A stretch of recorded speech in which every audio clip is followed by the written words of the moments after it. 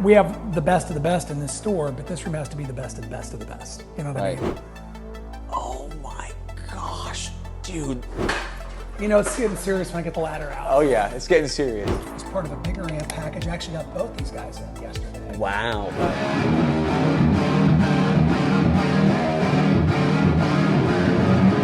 What I think is a really good buy that a lot of people maybe don't know the lineage of, if you can find.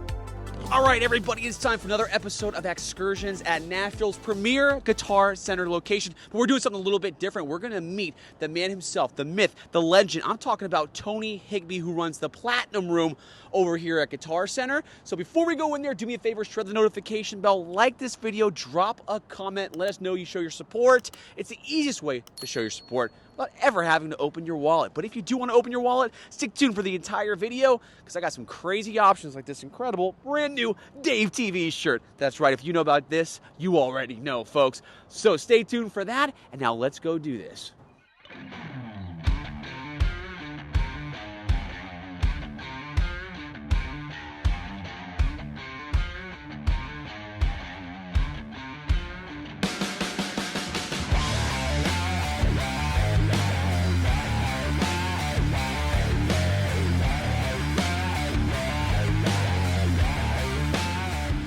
All right, everybody. Hey, guys. We are here in the Platinum Room at Nashville's premier Guitar Center location with the man himself, the man we've been talking about here every time we visit and see Patrick, who's been an encyclopedia of guitar information for us. I'm talking about the man, the myth, the legend. He is the guitar player for the mighty Tom Keifer of Cinderella, okay? And even Brother Kane, I believe, too, right? Yeah. So you come in here, you can see him on any given day, and he is the man, and we're so happy to be able to sit with him right now and pick his brains on used vintage gear. Without further ado, give it up for the mighty Tony Higbee. I will never have another intro done for me that'll ever top that. We just stopped the interview here. It's perfect. 10 out of 10. I'm good. I'm happy.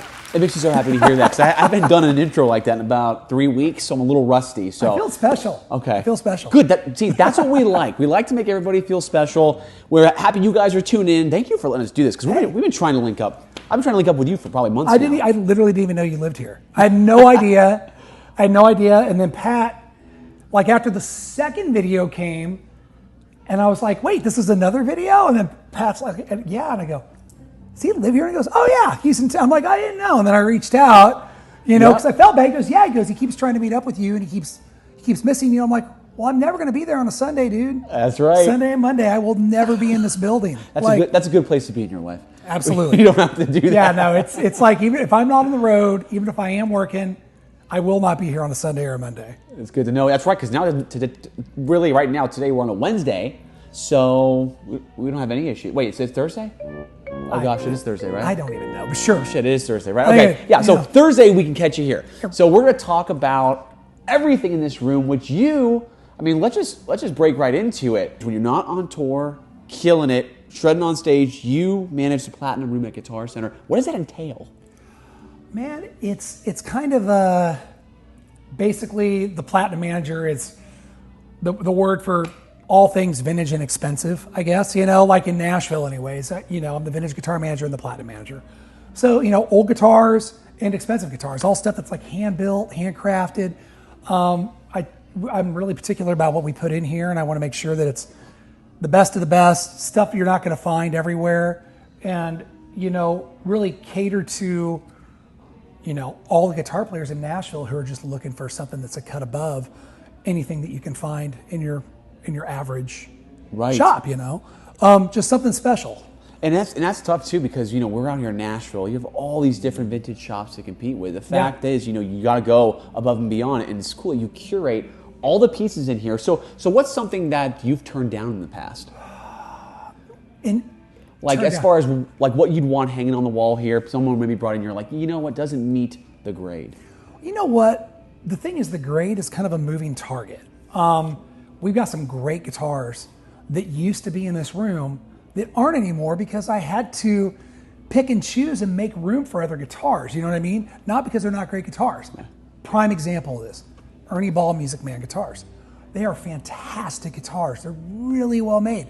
They're one of the best production, maybe the best production line made guitar out there. But that's just it. They're a production line guitar. And so when I'm trying to figure out where I'm going to make room to fit Tom Anderson's or to fit Suhr or, stuff like that, when I'm trying to figure out how to eke that stuff out, and I've got to make room, if something has to go, I have to kind of look at how's it produced, is it a mass-produced guitar, so on and so forth, and just it's tricky. It's a tightrope, and sometimes that changes. I mean, sometimes there's stuff I can't get, and it's like, okay, you know what?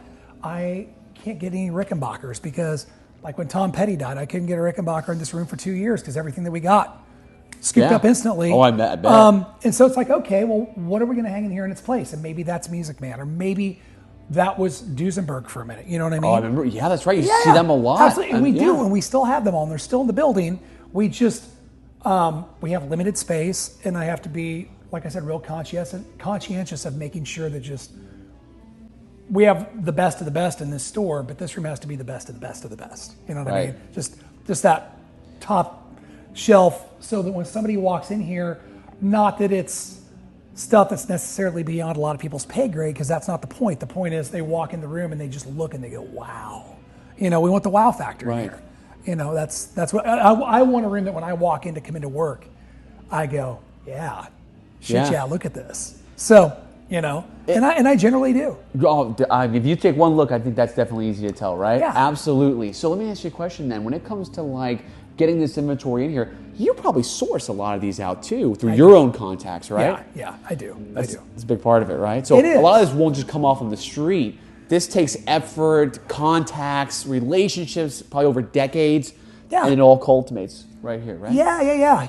Listen, we do a lot with Gibson, but I have a long history with Gibson. I actually worked for them for a few years. I've had family that works at Gibson. And, I've always had a great relationship with those guys. So, there's been times where I've been able to go over, handpick tops, specs, do a lot of made-to-measure custom orders, which we can get into that in a little bit if you want. I can show you a couple cool things. Tell me a little bit about that. Some custom Gibsons, right? Yeah, so we're doing stuff like that, limited runs just for this room, or just for maybe a very few select platinum stores in the entire company, like us, Hollywood, Dallas, just a few places like that are just, great shops that people are just expecting to see a little bit more in. Like with Gibson, that with Suhr, I have to select and order every guitar on the wall. With Tom Anderson, I actually have to spec every single one of those before I order them. Wow. It's with Paul Reed Smith. Generally I'll have a look at the assortment of what we got ordered, try to pick and choose what I think is going to work for the Nashville market. Same with Fender Custom Shop, and then we'll do some limited runs with Fender Custom Shop here. We've done some super cool stuff. One that we had a great sell-through on recently was a series we did called the Nashville Ash Strat. And it was super cool. It was I've got a couple left. And if you look at them on the wall behind me, I can pull one down and show it later. But it was a 57 Strat with a 56 Esquire neck. So it's got a Tele headstock. I know the exact guitar. We recorded it on an episode we did here. I think it was like maybe a month ago. Yeah. And I brought that up to Patrick. I go, look at this thing. This is incredible. Yeah, that was the Nashville Ash series. I spec'd that. Did a special, did that with a 12-inch radius on all the fretboards, jumbo frets, hand-wound pickups. And then we did a version that was a hum single with a reverse Esquire headstock. We did those in gold sparkle. We did them in shell pink. We did them in metallic purple. Joe Hottinger from Hailstorm bought one of the gold sparkles, plays it all the time. Michael Wilton from Queensryche bought one of the gold sparkles, plays it all the time. I saw a picture of you guys together on social media when he's here. Joe Perry bought one of the purple metallic ones, and there was even rumblings about him possibly doing a signature model down the road based on that guitar. No kidding. Yeah. So those are all guitars you could only find here because you actually custom spec them out. Absolutely. So this is not your average platinum room, guys, and I don't think any platinum room's average, but this one especially is not the average norms. This is pretty incredible stuff. Because I do remember seeing that guitar right over there. Yeah. That is incredible, dude. So what do you say is the most wildest, most craziest vintage guitar you've ever seen come through these doors? It's tough to say. There is a gentleman who will remain nameless because he wouldn't want me putting this out there, that I was talking to earlier on today about a couple of vintage Marshalls that we just picked up. He bought this guitar, but we had a barn find 1960 Fender Telecaster in factory Fiesta Red that I literally got a call from an old customer that I hadn't seen in years who said, hey, I'm at a yard sale. This lady's ringing me up, and there's a tweed case sticking out from under a tarp in her barn. And he goes, I asked her to show me the guitar. She said, oh, that was my dad's. That's not for sale.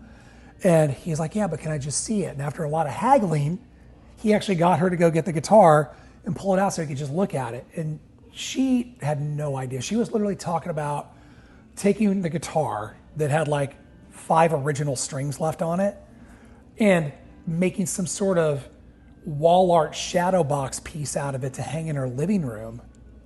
And, you know, like, and here's this like uncirculated, unmolested, original flat wound strings still on the guitar, you know, 1960 Fender Telecaster, slab board, factory Fiesta Red, just one of the rarest things out there. Just super cool.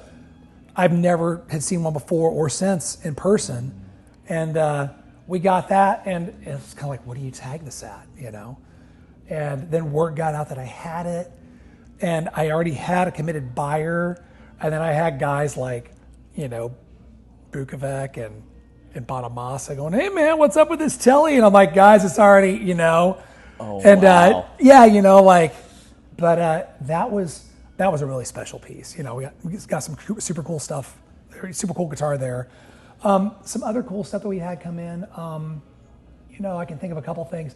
Actually, Tom Keifer, he brought in a really cool Gibson amp that you never see called a Stereovibe.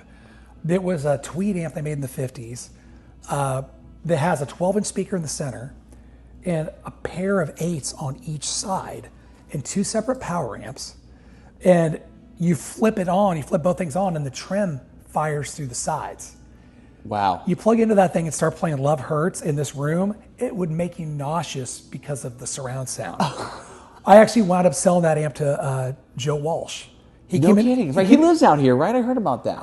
I think he's got a spot here. I don't know that it's a full-time thing. Okay. But I see Joe a lot, and he's like one of the sweetest human beings you'll ever meet. But I remember him coming in here to buy a couple pedals, I think because he was sitting in with Keith Urban at Nissan Stadium or something.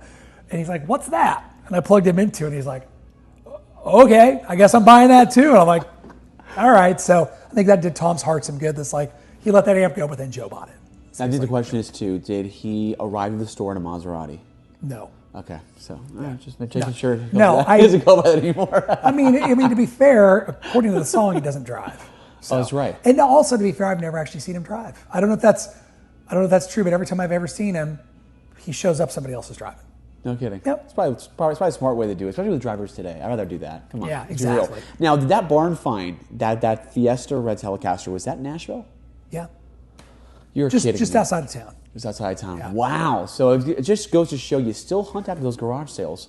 You never know what you're going to find. There's still stuff. There's still the occasional thing that's under the bed. There's still the occasional somebody that doesn't know any better that has a tweed amp at a yard sale. You never know. I mean, the internet has made the world a lot smaller as far as finding that kind of stuff. But you just never know. And the thing was, we treated that lady super fair with what we gave her on that guitar.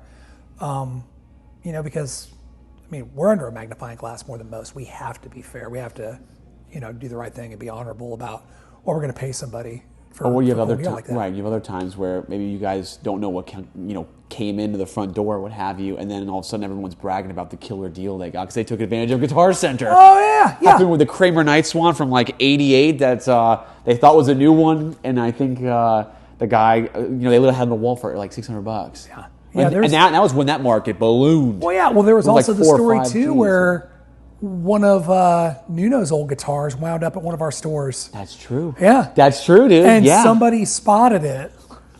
And I remember because we played Monsters on the Mountain a few weeks after that happened with Extreme. They played right before us. And I remember bumping into Nuno and him telling me that story.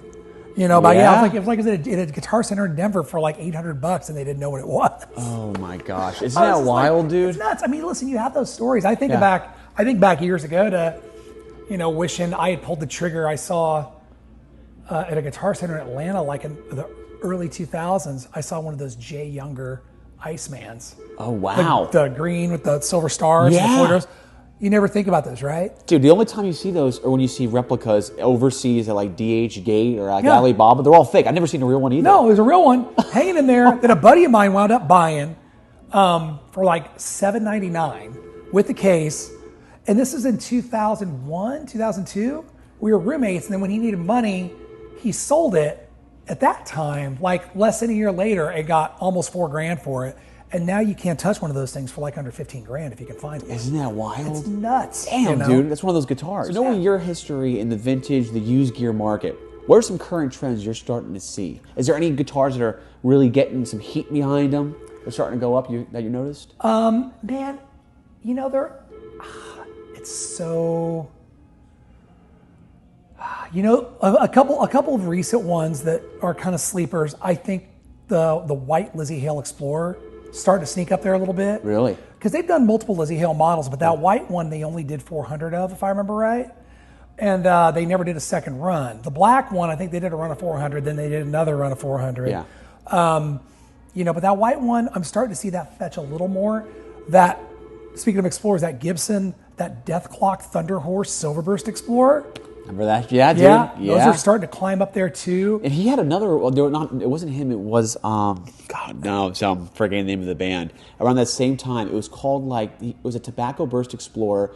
Early 2000s, was given a signature name from the guy Bill Kelleher from Mastodon. There it is, Mastodon. Yep. How do I forget that? I remember seeing that hanging up on the wall at the CMAsh in Miami Lakes. Yeah, down there before they closed. It was such a rad looking guitar. It was, dude. Yeah, absolutely. And that was the same time they came out with the Flying V. That was the Snow Falcon or something. Remember that? Yeah, shit? that was the other Dethklok. Yes, one. the other Dethklok one, dude. Yeah, and they had the white fretboard. Yep. And now you look at those used, they're all yellowed. Yeah. You could not keep that guitar white, dude. No. It started turning yellow if you looked at it wrong. Do you remember the Blood Moon Voodoo? I don't know if I said that in the right order. Gibson Explorer. The Blood Moon Voodoo with blood drop inlays, a Schaller Floyd Rose, and a red toggle switch on it. I feel fortunate in saying that I don't think I've ever laid eyes on that guitar. I feel like some sense of relief after hearing your description. Oh, dude. That I've never laid eyes on that guitar. It was so anti-Gibson, bro. Yeah. And that's why I loved it. Yeah. And I went and bought it when it just came out. This was like 2000, probably like 8, dude. Okay. Or 7. All right. And I instantly took it back because buyer's remorse setting because it's the most expensive guitar I ever bought. That guitar now is worth about $4,000. And it was about $1,500 I bought it new for. Oh, right? Yeah, because you don't see an Explorer with a Floyd, and you had black grain, and they poured red dye in it.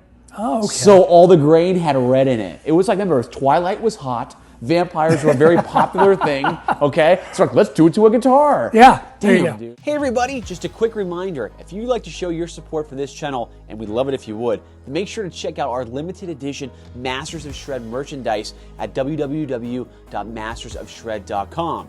You can snag an awesome shirt like this incredible Shred Class of '89 ADA Throwback Tribute, or plenty of other ones that you will not find anywhere else. So check that out, and while you're there, make sure to check out our incredible limited edition Tone Arts USA Super Halen amp. Only 50 will be available, and they are going quick.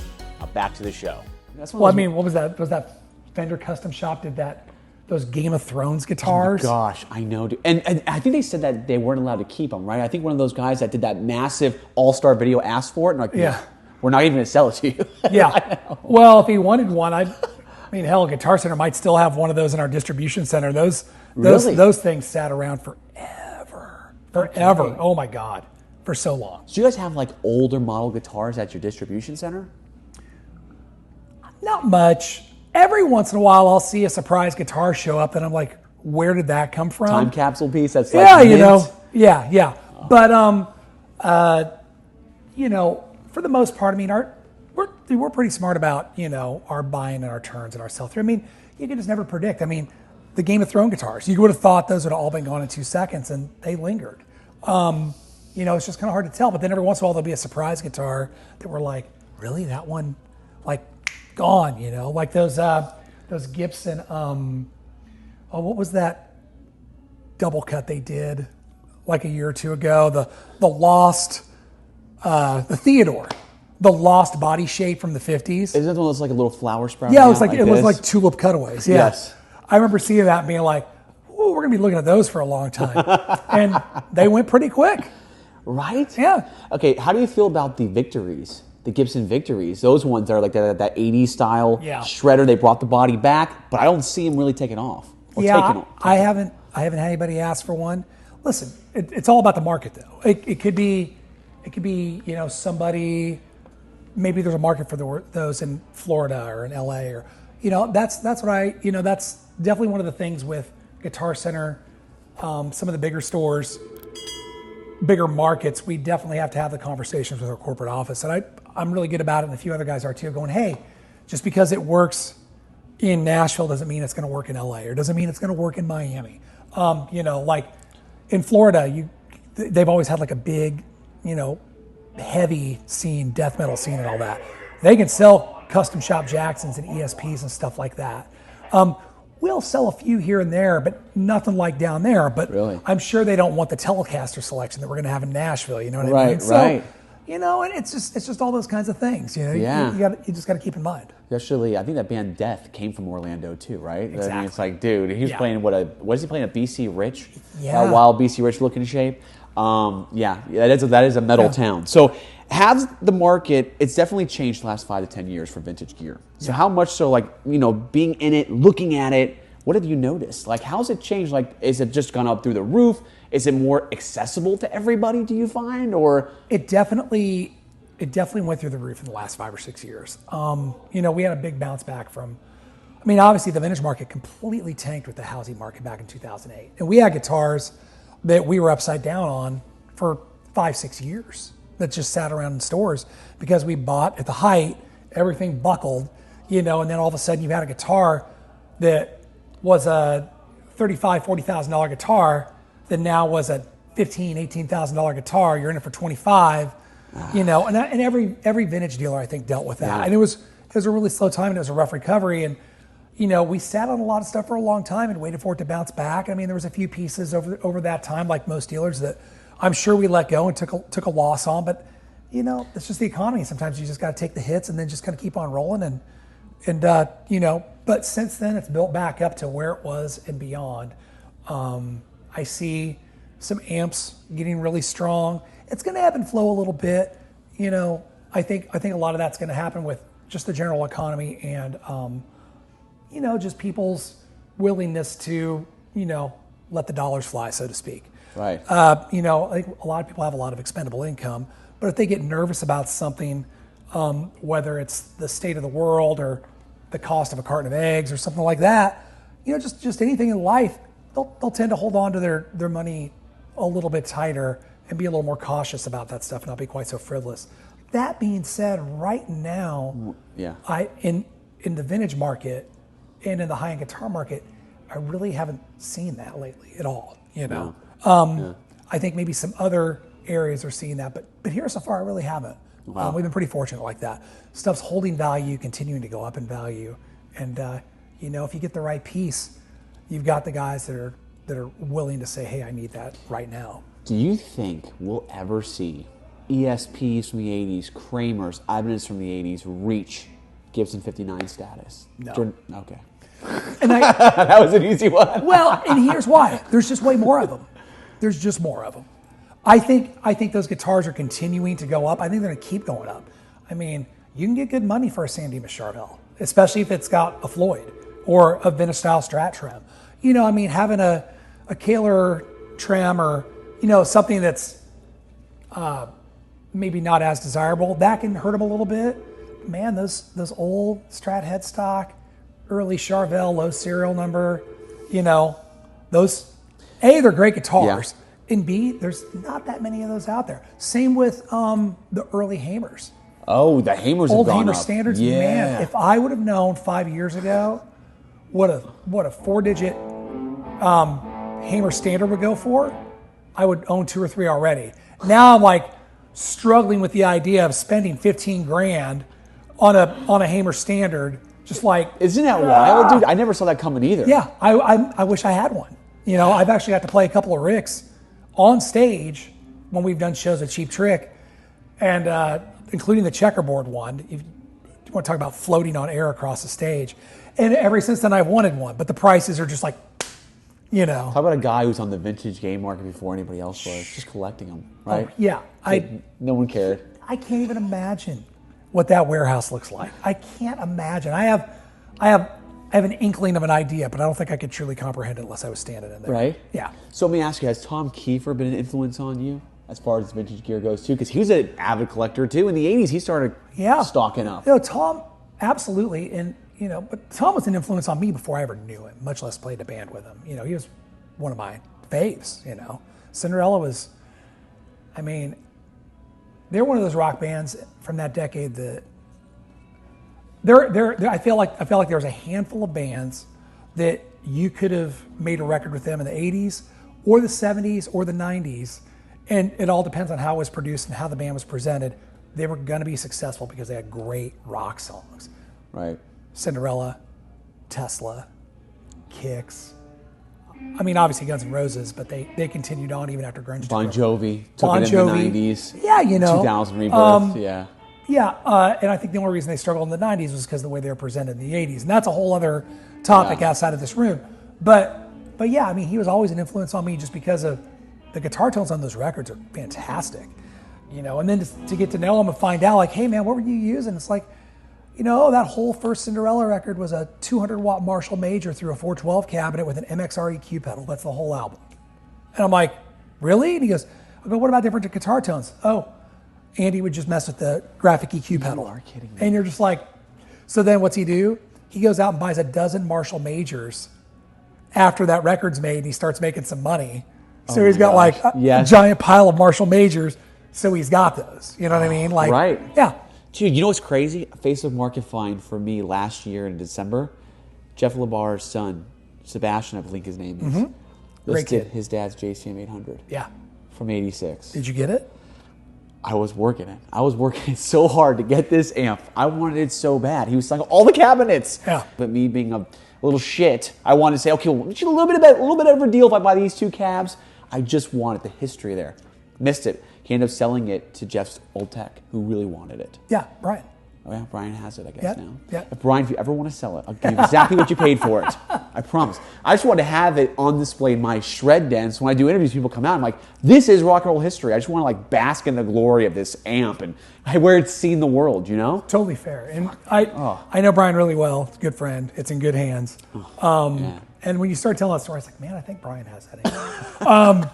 But yeah, happy it went to a good home. Oh, it went to a definitely. great home. I'm happy to even entertain the idea of selling it to me. Well, had it gone to nobody else, somebody else, it would not have been a good deal. Well, listen, if he would have, if Brian for some reason ever decides to turn loose of it, I'll let you know. Oh, thank you. I would appreciate that. Like when I saw the listing, I'm like, how is this still up here? Are you kidding me? Yeah. This is like at the USFest too? Like all that stuff? This is like there? Yeah. Like, dude, historical. Yeah. So very, very cool. So let me ask you, would you say social media, YouTube and Instagram has definitely influenced what people are seeking in the vintage market versus like 15 years ago, 10 years ago?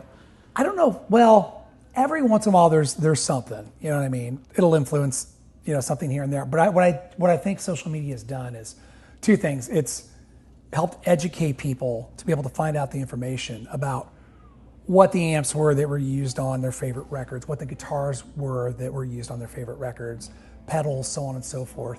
And that has driven up demand because there's more people that are aware of the things that made those sounds that they grew up listening to and loving. So that's been huge. Also, social media has done a massively great job of just getting out there stuff that's available, Yeah. So, people finding out about things that, it's like, this little shop up in Poughkeepsie has a 67 small box Marshall, super rare, blah, blah, blah, blah, blah. That's just like what Frampton used on this Humble Pie record and, things like that. So,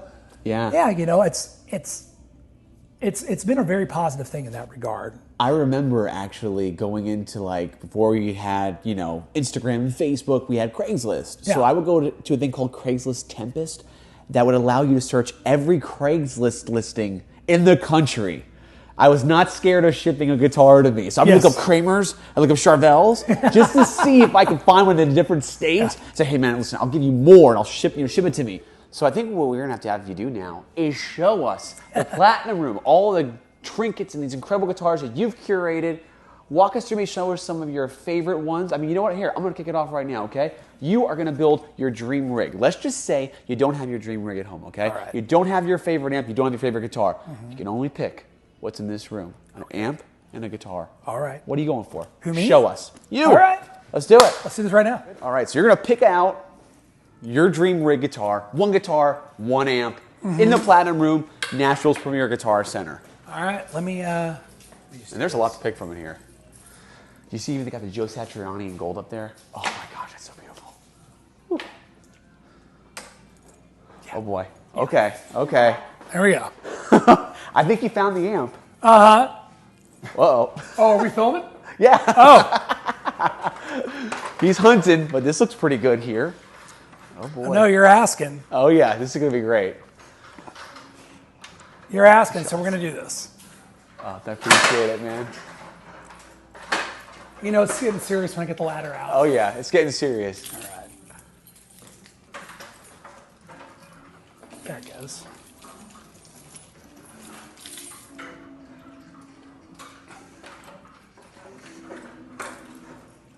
Oh boy. Right. All right. Okay, so I think this is the guitar. This is the guitar. This is the guitar. We're going to make sure, I'm going to tune it so it doesn't sound completely wretched when we plug it in. So, this guitar,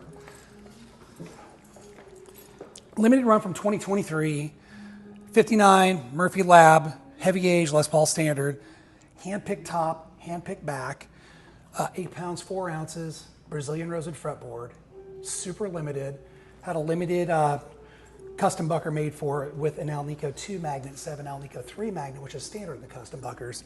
It's got just a little extra sweet spot with the mids to my ear. Great weight, beautiful guitar. I mean, just stunning, right? Wow. Yeah, it is. They did a great job. Murphy Yeah. Lab.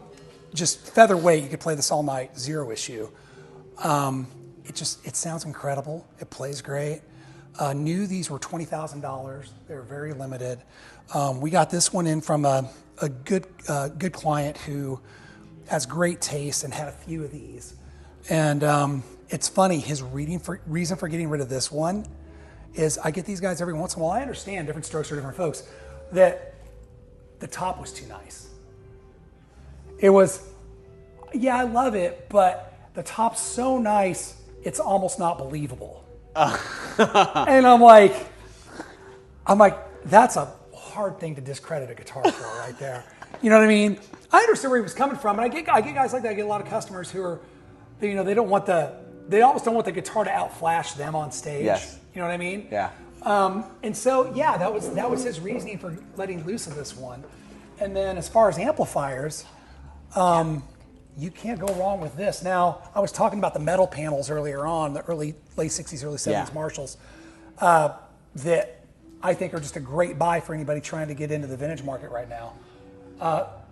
This one is actually a 68 Plexi 50 watt. 68 Plexi? 68, all original. Just took this in yesterday as part of a bigger amp package. I actually got both these guys in yesterday. Wow. This is a 68 GMP 50 watt. This is a 68 Trem 50 watt. Super rare, you never see those. And the Trem circuit is basically similar to the Super Bass circuit, but actually has tremolo built into it. Also a great amplifier, but for straight up rock and roll, you can't go wrong with either one of these. He just came in. And it's, literally yesterday. I took these in. We had a beautiful 56 Tele that somebody had to have. And they brought in, they got into their treasure trove and brought me a really beautiful amp collection, and these two heads were part of that. Wow. And did some horse trading, which we love to do here. And are you in this Bogner right here? I'm in through this Bogner 412 cabinet. I got to be honest, man. I've used nothing but Bogner for my main stuff live and touring for 22 years now. Really? I think they make the best cabinets in the world. They really just sound phenomenal. And I remember with Bogner, with Reinhold years ago, I got my first Bogner head. It was a Shiva, which I still have. It was back in like 2003. And a friend of mine, a guy named Danny, who was in a band called Injected that was signed back in 2000 in Atlanta, killer record called Burn It Black, if you ever get to hear it. Butch Walker produced that record. It was the first album Butch ever produced for a major label. Oh, wow, okay. Yeah, it's like when the Marvelous 3 was still kicking off. Wow. Danny had hit me to Bogner. I bought a Shiva head. He got me in touch with Reinhold. I ordered a 412 cabinet with greenbacks from Reinhold, and I was borrowing a friend of mine's Marshall 412 cabinet with greenbacks. It was a reissue BX cab. Sounded great. I remember my Bogner cabinet got delivered, and I brought it in and I set it next to the Marshall cabinet. Identical speakers, same dimensions, the whole 9 yards. And I just switched my head over to that new cabinet and I flipped it on, and so it sounded like somebody lifted a blanket off my rig. And I'm like, what the hell? So I call Reinhold and I thank him. And I'm like, I gotta ask, what are you doing different with your cabinets? And he's like, well, he goes, it's not rocket science. He goes, honestly, he goes, I'm just making Marshall cabinets the way they made them in 1968. Wow. Just better materials, birch plies, solid backboard, he goes, metal handles, not plastic, all that stuff. And he goes, and it all just adds up and it makes a difference. And so I've been a believer, and that's all I've used ever since. I've got a couple of vintage late 60s Marshall straights at home that just never leave, that used to belong to Stephen Stills. And that's another story in and of itself. But when I tour with the Bogner cabs. I have 3 in cartage with Tom Keifer. I have 2 in cartage with Brother Kane. No kidding. And that's just what I use. And pretty good deals too. Yeah, I mean, they really are. Greenbacks, and they rip. And with a Marshall head, it's kind of the perfect thing. So let's hear it then. Speaking of rip.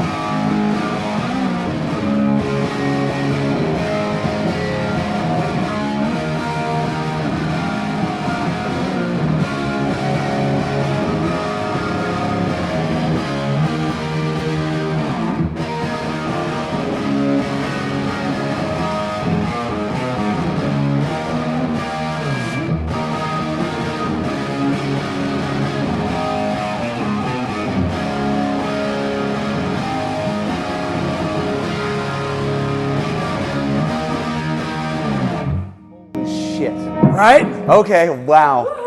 Oh my gosh. It doesn't put a smile on your face, you don't have a pulse. Oh, that is some brute force, dude. Holy I butchered that riff and everything, but still. I butchered both those riffs. Dude, that sounded nasty as shit. Yeah, no, that's just... I remember the last time I heard an amp that loud. That's cooking, dude. That's just the sound of rock and roll. Dude, that is cooking. That thing watts, that's a sauce, no huh? pedals. 50 watts. 50 watt Marshall, no pedals, straight into a greenback cabinet. Holy shit, just rip it, dude. That's some ballsy ass tone there. That's it, right there. So that's the dream rig. Yeah. Boom. Very cool. Okay. For someone wanting to get in to the vintage guitar market, right? Yeah. Is there any piece of gear, even an amp, that you would recommend that won't break the bank, but maybe long-term gain could be there? What would you say? I'll tell you what I think is a really good buy that a lot of people maybe don't know the lineage of. If you can find very late 60s, very early 70s Marshalls, like early metal panel amps, they're essentially the same amps that Marshall was putting Plexi panels on the 68. There's no difference once they flip to a metal panel, but you can pick the amp up for roughly 40% less. Wow. So, you can look at a 68, really clean 68 Plexi JMP 50 watt amp. It's going to go for between $9 and $10,000 depending on condition. You can buy a 69 metal panel, exact same amp, for somewhere between $5,500. Wow, really? Yeah, and they sound incredible. And the thing is, it's a small window there. Sometime around the second quarter of '73, if I remember right, is when Marshall started going to PC boards and they weren't point to point anymore. Right. That's when they changed pretty drastically, and that's when you really start to hear the differences. Did Marshall make some great amps after that? Absolutely. But you hear a very stark difference in the tone. So that being said, if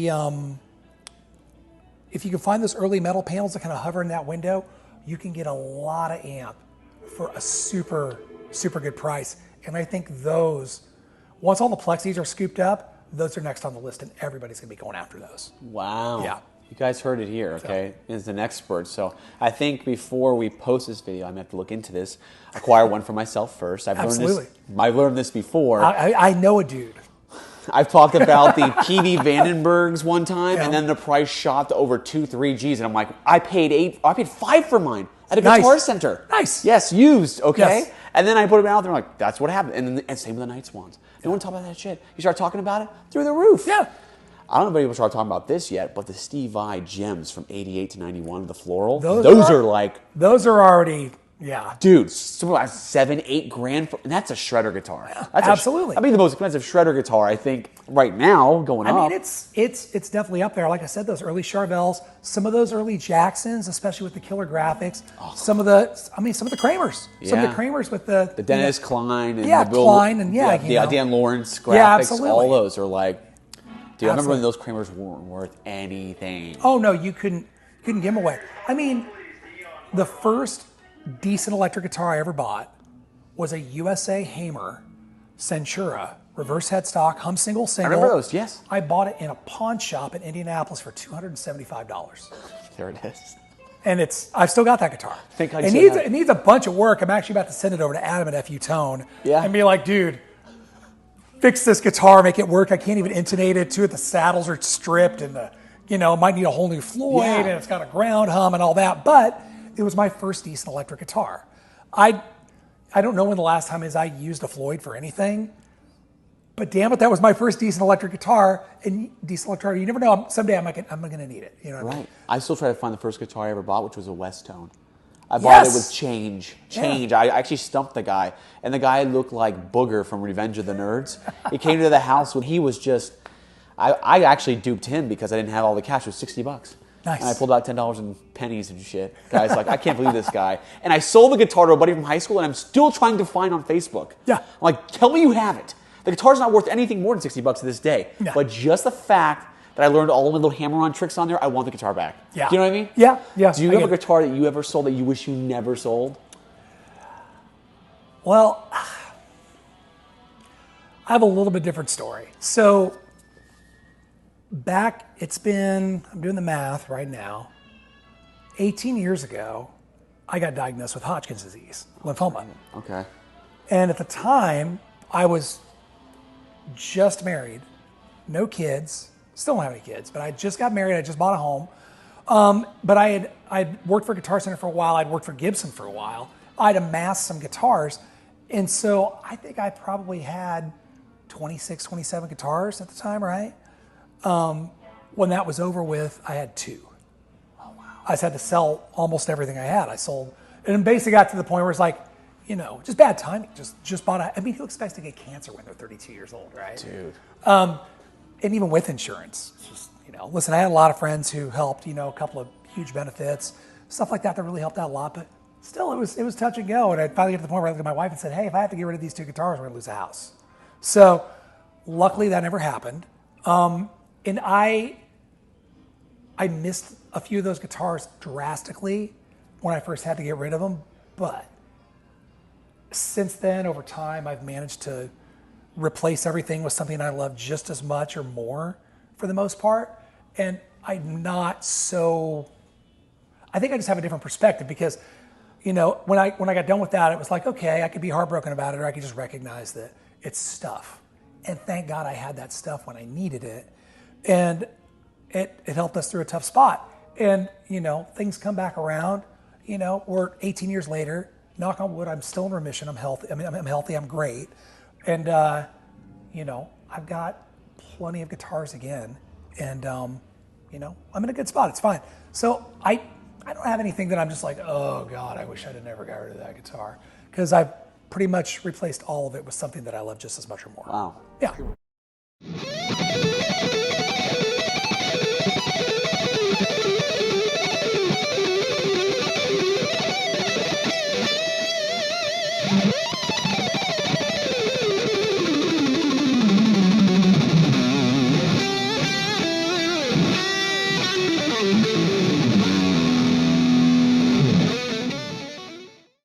There was a time when guitar heroes changed everything, when tone wasn't just sound, it was identity, when the roar of a cranked amp wasn't a choice, it was a calling.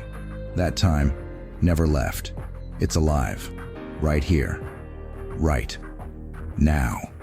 Tone Arts USA proudly brings to you the Super Halen guitar amplifier, paired with the legendary Soldano SLO30 mini head, built for the players who demand the tone of giants. Limited to just 50 amps, every Super Halen cab is individually hand-draped in authentic 1990 Van Halen comic book pages, making each a true original. No two are alike. No two tell the same story. This isn't just a cabinet, it's a piece of rock history.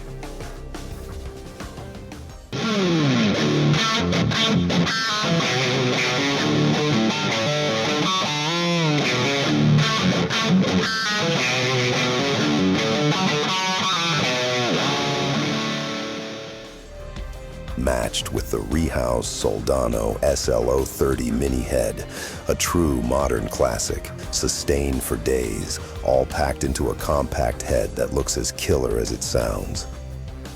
Inside, a warehouse guitar speaker's green beret. That's the heart of this unchained beast.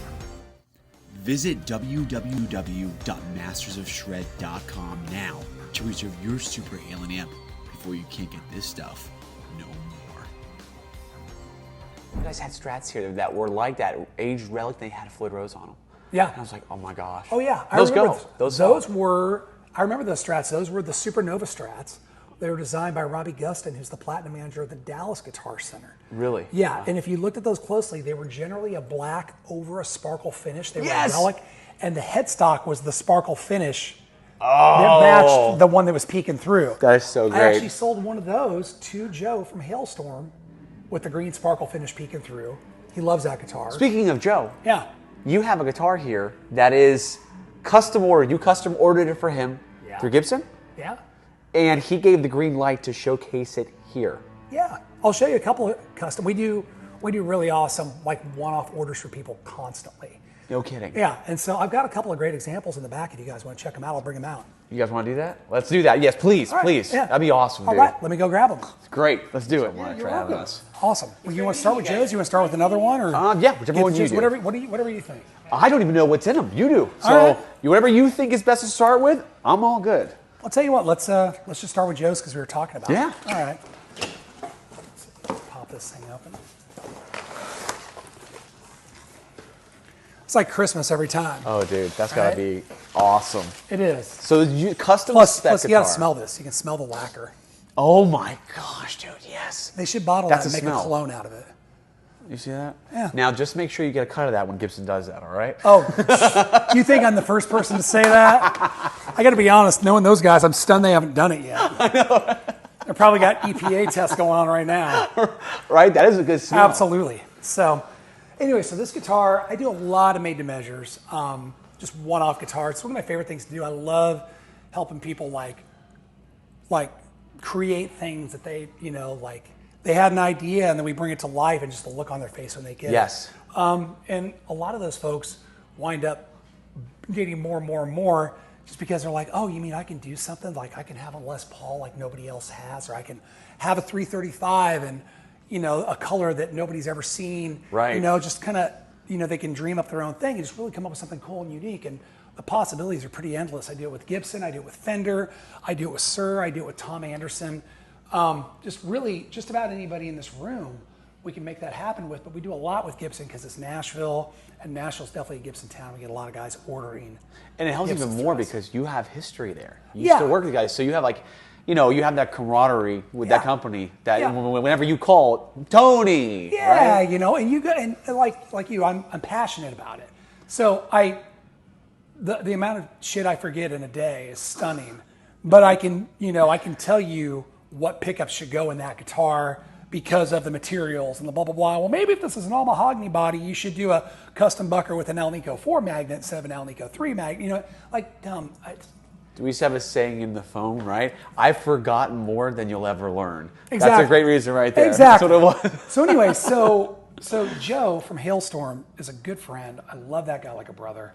And if there's one thing I know about Joe Hottinger, is he has a weakness for green guitars. It's a very well publicized, well documented thing. Just go look at his Instagram page. He has like a preposterous amount of green custom guitars in some way, shape, or form. I'm really excited to see what's And in so his case. a while back, I did a candy apple green metallic 59 ES335 reissue Murphy Lab with a black stinger, candy apple green metallic, nickel hardware, beautiful.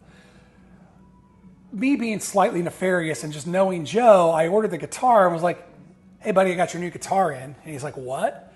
And I just sent him a photo, and I think he texted back something like, damn it, Higbee. and he now he has a guitar, loves it. So I thought to myself, you know what, that guitar really needs a twin. It needs a sister or a brother or something. So I spec'd this guy up for him, and this one just showed up last week. Oh my gosh, dude, that is beautiful. 68 reissue. Holy, 68 look at reissue. that finish. Yeah, right? Murphy Lab, ultralight aged, 68 reissue, Les Paul custom. Whole thing is candy apple green metallic. Dude, Zippy just actually smell like a candy apple. I know, yeah. That's the nitro. All the check-in finish and the black stinger on the back of the headstock. Oh my gosh. Dude, that is beautiful. Right? Oh my gosh, he's going to be a very happy camper. Yeah. That is stunning. So they're over in Europe right now on tour with Maiden. And I texted him and I said, hey, I got your new guitar in. And he's, what? Uh-oh. And then pictures, and I sent it to him. And damn it. There it is. And yeah. He goes, he said, I'll see you when I get back. So anyways. Dude, that is beautiful. My gosh. So, I mean, you know, we do stunners like this all the time for people. And, you know, it's a lot of fun. And Joe was nice enough to let me show this off for you guys today. So what's your personal Holy Grail guitar, one you've never found yet in the wild, but still dream about? Maybe you had an interaction with it at one point. I'll tell you what, right now, back to what we were talking about earlier, it would be an early Hamer Standard. It would be. It'd be an early Hamer Standard, good flame top, bound, crown, you know, the trapezoid inlays. I mean, I'm a huge Cheap Trick fan, like forever. And, you know, getting to play a couple of Ricks and then seeing a couple of them out there. If I ever found the right deal on one, I'm semi-frugal, you know, but if I ever found the right deal on one, it'd be really hard to say no to. Really? Yeah. Okay. That'd be a tough one for me to pass up. I think I saw one at the Migo Guitar Show. Yep. And it wasn't Jeep. I was They gonna say, never are. It They probably never are. wasn't. I know. It probably wasn't. It's a problem. Like I'm used to for guitars like that, $1,500. I'm this thing, that 15 grand you mentioned earlier. Yeah. It's like holy shit. Yeah. Yeah, that's a big one for me. Is there anything else? I feel like there's probably something I'm not thinking of. I do have a soft spot for old GMP Roxies. Oh wow. Okay. I have a couple of them. Really? I have a couple of them, and then Dan Lawrence built me a new one a couple years ago for a tour. They track amazing. They sound amazing. I have like 3. I don't need another one. I need a hole in the head. But man, that is a ton of guitar for the money. Guys in Warrant use those, right? GMPs? Yeah, they do. They were using them way back, you know, but that Roxy model they're using generally a lot of double cuts and stuff like that. The Roxy model is a little bigger. Almost looks like a Gretchen, a Les Paul had a baby. Nice. You know, usually Yeah. big bass boat sparkle finishes, just cool stuff like Dude, I that. love that stuff. They're balanced really well. They're 25.5-inch scale length like a Fender, ebony fretboards. They sound great. Wow. They play great. They track awesome. They record really good. So every once in a while I'll take one out on tour. And lately it's been the one that Dan built me just so I can leave the old ones at home. Right. But if I'm being honest, the ones that Dan's making are just as good in a lot of ways as those old ones. Wow. Yeah. Dude, that's awesome. Yeah. So let me ask you a question. In 50s, 60s, 70s, 80s era, you can only pick one forever for their gear. What are you going for?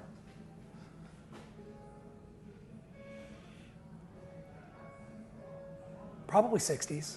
60s. 60s. Yeah, because I can get Les Pauls in the 60s, and I can get Marshalls in the True. 60s. That's true. Just like that one right here. Right. And all the major manufacturers in the 70s started getting funky. Okay. You know, you start getting Gibson with sandwich bodies and 5-piece necks. And, all sorts of weird stuff. West Paul Customs that weigh 17 They have like the pounds. Challenger or something, the Gibson Challenger and Oh shit God, like that. I know. Yeah, I think Gibson Challenger was made of like leftover scrap wood. From Dark 5Es. Ages. Oh, it's so bad. You know, but that was a weird period for everybody. I mean, I still to this day maintain that the heaviest guitar I've ever picked up in my life that was supposedly made of wood was a black '79 Strat. Really? Like it was like 16 pounds. I was like, what did you guys make this out of? It was insane. I thought it was acrylic. Really? I was like, what is this thing? It was like a Dude, Dan that's Armstrong, wild. but it was a Strat. Right. Yeah, You know? that doesn't sound right. So, yeah, 70s was just a bad time. Martin guitars, they glued the bridges in the wrong places on a ton of Martins in the 70s, and they don't intonate right. Oh my gosh. You literally have to take them to a luthier, does what they're doing, and have them re-glue the bridge in a different spot to make it playable. Yeah. Yeah. That's wild. And then the 80s, Martin went for that whole Stinger line. They put their hat in a shred. Yeah. And started making the electric Stingers. Oh man, listen, to be fair, there was some poor decision making happening from a lot of brands that were trying to catch up with the new bolt-on craze and all the shredder guitars. I mean, Gibson, nobody's going to make a better Les Paul than Gibson. It's just not going to happen. Everybody's been trying for years and it's just, but Gibson had no business trying to make a Kramer. I mean, they own Kramer now, so it's its own thing. Right. But back then, when they were doing some of those guitars, it's like, guys, this is not what you do. So it was a reach. It's a tough one, dude. There's one Gibson I really liked that was a shredder, the M3. Yeah. Remember the M3, the reverse headstock? Yep. It had the tortoise pickguard on it. I think, if I remember Floyd right, I felt Rose. like I saw an ad with Steve Brown from Trickster holding one of those back in the day. That could have been, dude. I don't know why that jumped into my head, but that, like my issues of guitar for the practicing musician when I was 12 years old, I feel like I saw something like that. We love those magazines. Oh my God. Pages in Time. Thank you I guys. probably still got a crate of them sitting somewhere. Don't tell in my me house. that. I meant to find them and donate probably them. do. We review all of them. So kind of walk us through what we got here currently. And again, guys, this is all available right now. So if there's anything you like, you can call here and ask for Tony. He will take care of you, okay? And even if there's something people are looking for, you can take care of that too. Yeah. Because you know people. Yeah. I mean, listen, a lot of times I'll have somebody ask me, hey, do you know where I could find such and such Les Paul? I don't see it on your wall. Yes, you don't, but I have one in the back. Or I have one at our distribution center. Or I know that we've got one in this other store. Or I know a guy who has one and he might be willing to sell it. Let me reach out. I have a lot of stuff. Or on occasion, I'll have somebody hit me up looking for something just really out there. And I'm like, man, I haven't thought about that in years. And then 2 weeks later, it walks into my shop. I had, true story, my current guitar tech, Rob, years ago, before I was playing with Tom, he reached out to me looking for a Kubicki Factor 4-string bass. Do you remember those? Slightly. Yeah, they were like kind of a headless thing. Oh, gosh. And it was just look up Kubicki. The guy from Faith No More used to play him back like around. Oh, the real thing and stuff like that. Okay. I remember playing in bar bands, and I knew one guy in one of those bar bands that had one of those basses that I would see playing it every once in a while. I know when he called me and asked me about that, I know I hadn't seen one of those in at least 15 years. Wow. And I'm like, man, Rob, I don't know, dude. I can tell you the last time I ever saw one, that's a weird enough ask that if I ever do, I'll know who to reach out to. Because he was trying to get one for his old bass player at the time. I shit you not, like 4 days later, door swings open. I see this dude walk in, flip open a case. Yeah, I got something to sell. And there's a burgundy Kubicki Factor sitting right in front of me. I'm like, what are the odds? Oh my gosh, dude, you're kidding. It's just such a nice esoteric piece, but every once in a while somebody will come looking for something like that. And it's like, you know what? You just never know. You got to ask. And you guys get some great stuff too, because this is the Music City, and even the used gear over there, the stuff you find here is way better than what I've ever experienced at any other Guitar Center. Because you find stuff that these musicians are out touring every night, playing every night. They're true tools. I mean, listen, I will say, and I want to make sure I phrase it the right way because I don't want this to come off as condescending or insulting to anybody. I think Guitar Centers are like mom and pop stores. You're going to find varying selections at different ones. They're not all the same. So you need to go check the different Guitar Centers because you might be shocked at what you find. Just because your Guitar Center in Louisville or whatever may not have the stuff that you're generally looking for doesn't mean that you won't stumble across something in Atlanta or in Nashville. Just because Nashville doesn't have something that you're looking for doesn't mean that you're not going to stumble across it in Orlando. You know what I mean? Dude, you know where I found some of the craziest guitars at? Port St. Lucie Guitar Center. Really? It was in the middle of nowhere. In the middle of nowhere. I lived across the street from there. After 2020, I was just in that area for a little bit. Dude, I was finding the Richie Faulkner Epiphone for like $700 when they were going for $2,000. Yeah.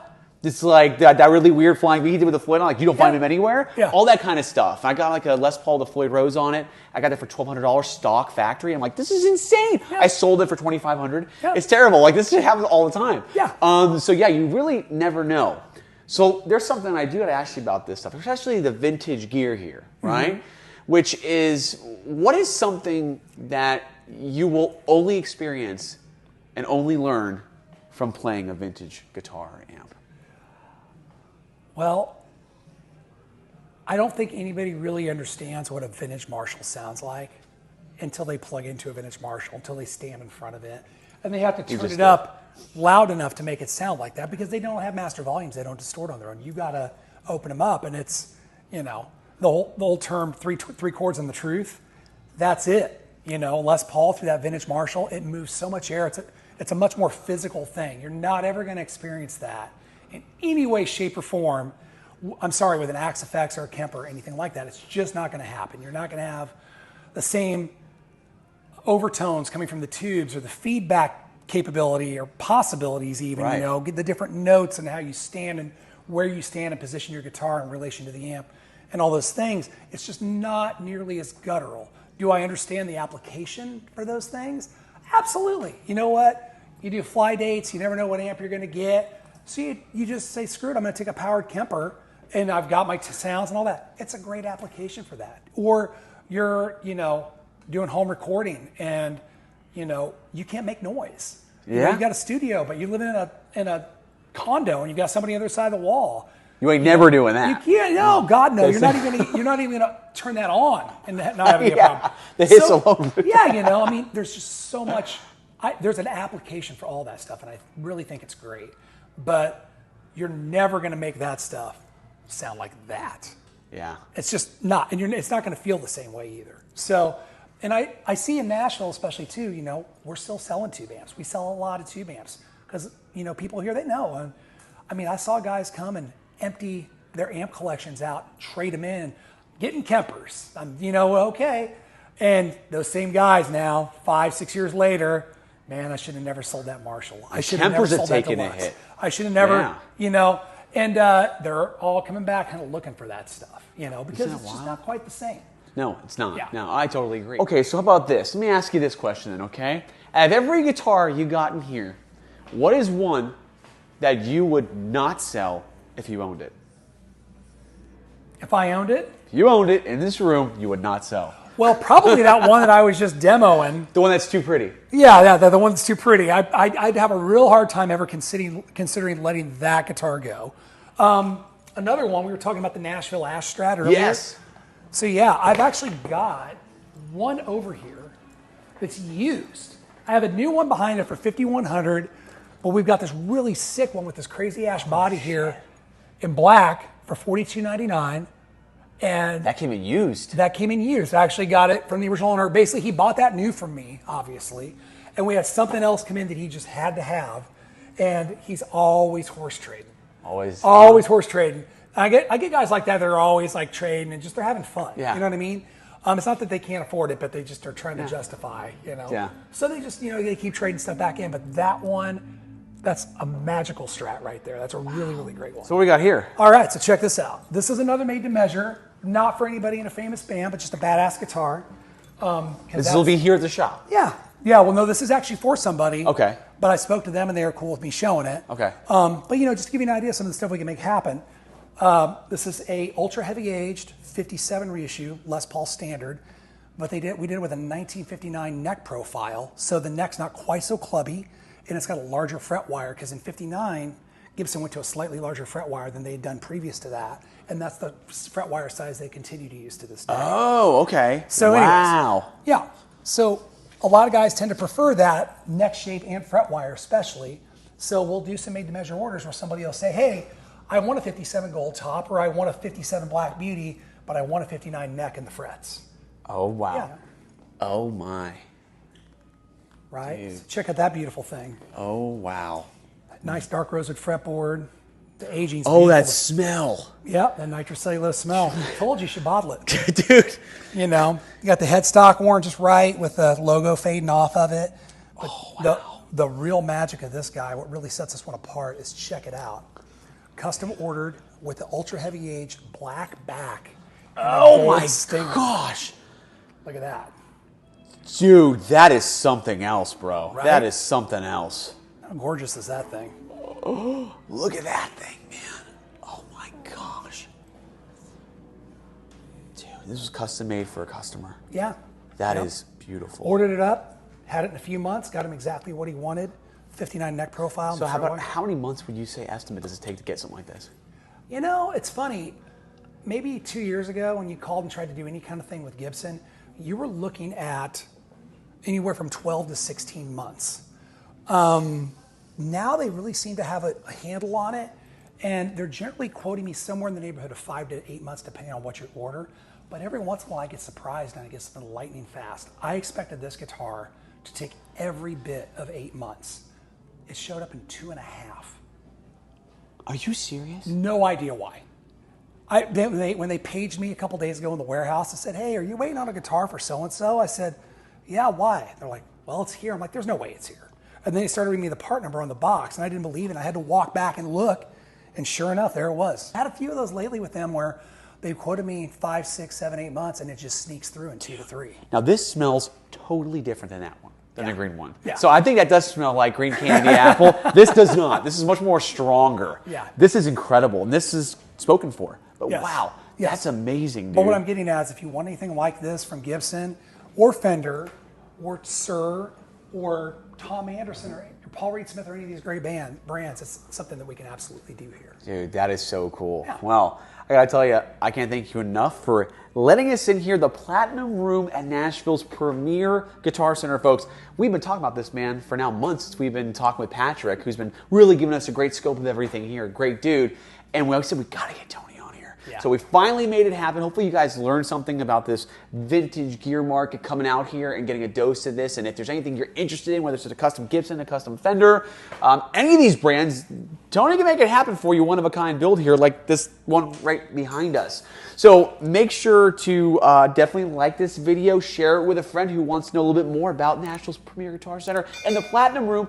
And Tony, you are on social media. So where can everybody follow you on Instagram? It's really hard. Just look up Tony Higbee on Instagram. Okay, make sure you spell Higbee right though. Yeah, You get that wrong. Higbee. You'd be shocked how badly and how differently that gets butchered on.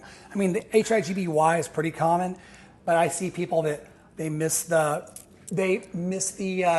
G or the B and they think it's an H, so it's high E. Okay. Or Highgbee.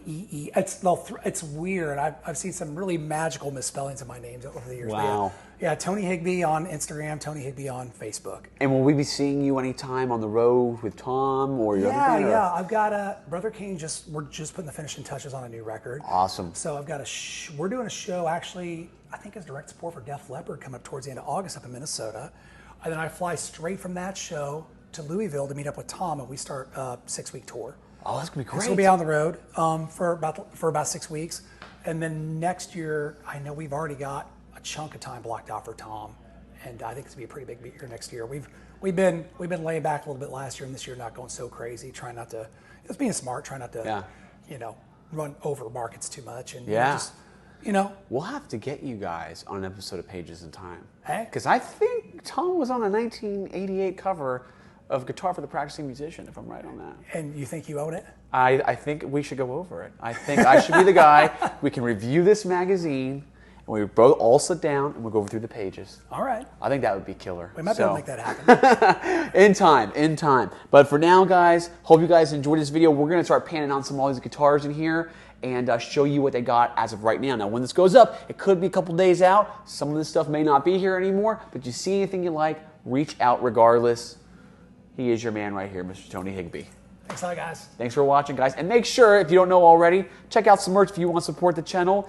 Yes, you may be able to get this shirt possibly online. I don't know if anybody knows what that I is. might need to get one of those. Does everybody know what this is? I know He knows exactly what it is. No one says a word, but I really wanted a TV shirt. It's fringe. It is like, you got to know. I know. It's a deep cut, you know. Oh, yeah. Listen, I grew up on MTV. I know all about that. He knows all about it. So check that out, mastersofshred.com. Find us on Instagram, subscribe there too.